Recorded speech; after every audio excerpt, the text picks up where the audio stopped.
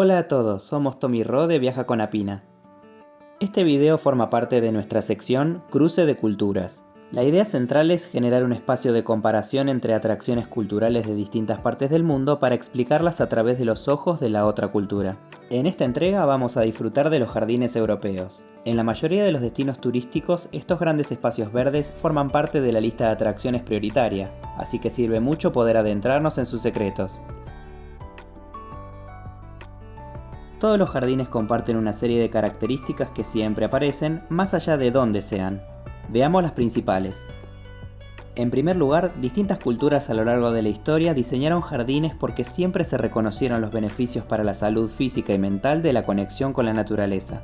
También involucran especialistas. Tanto hace siglos atrás como hoy, todo jardín, sin importar su tamaño, necesita expertos que se encarguen de su diseño, mantenimiento y selección botánica.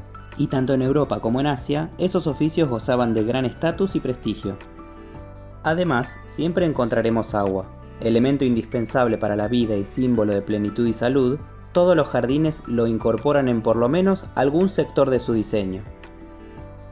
Y por último, la selección simbólica. Mientras que la naturaleza en estado puro es descontrolada, aleatoria y muy cambiante, los jardines que el ser humano construyó buscan elegir ciertas especies vegetales, delimitar espacios, escoger formas visuales y mantener una disposición a lo largo del tiempo.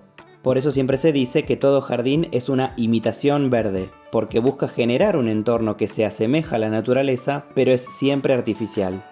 Hasta aquí las similitudes. Conozcamos ahora un poco más las particularidades de los jardines europeos.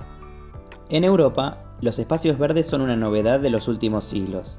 Es recién a partir de la Edad Moderna, hace menos de 500 años, que tenemos jardines como los conocemos hoy en Europa en general. Ahora estamos acostumbrados a ver más jardines y parques urbanos, pero esto no siempre fue así. Salvo por los pequeños jardines de las mansiones romanas y los jardines islámicos, no hay una gran tradición de jardines en Europa. Además, ambos casos son copia de los paraísos de los persas, no una invención europea.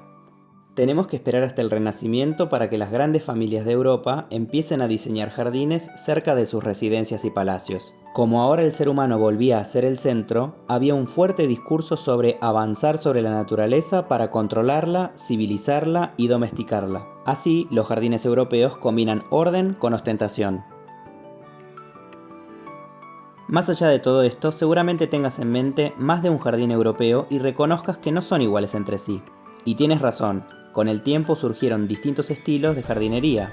En este video abordaremos los europeos, italianos, franceses e ingleses. En el próximo que te dejamos en el enlace, veremos los asiáticos.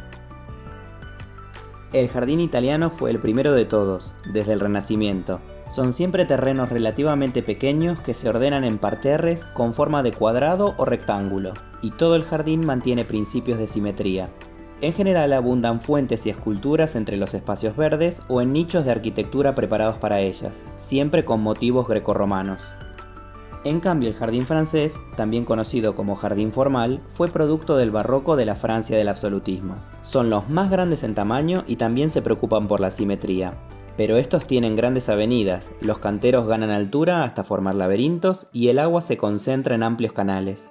Las formas de los sectores son siempre rectas, con diagonales que conectan los gigantescos espacios verdes rodeados de arbustos podados. A cada zona se le hacen complejos dibujos que parecen bordados para romper un poco con la rigidez del diseño general.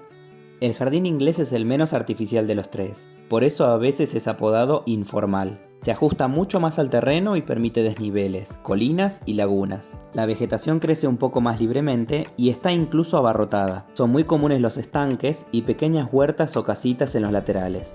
Obviamente, con el tiempo surgieron combinaciones o variantes de todos estos jardines. Y que los nombres no te engañen, puedes encontrar jardines italianos en Praga, jardines franceses en Viena o jardines ingleses en Madrid. En la segunda parte exploraremos los jardines asiáticos. Si te resultó útil este video, recuerda darle like y suscribirte al canal. ¡Hasta la próxima!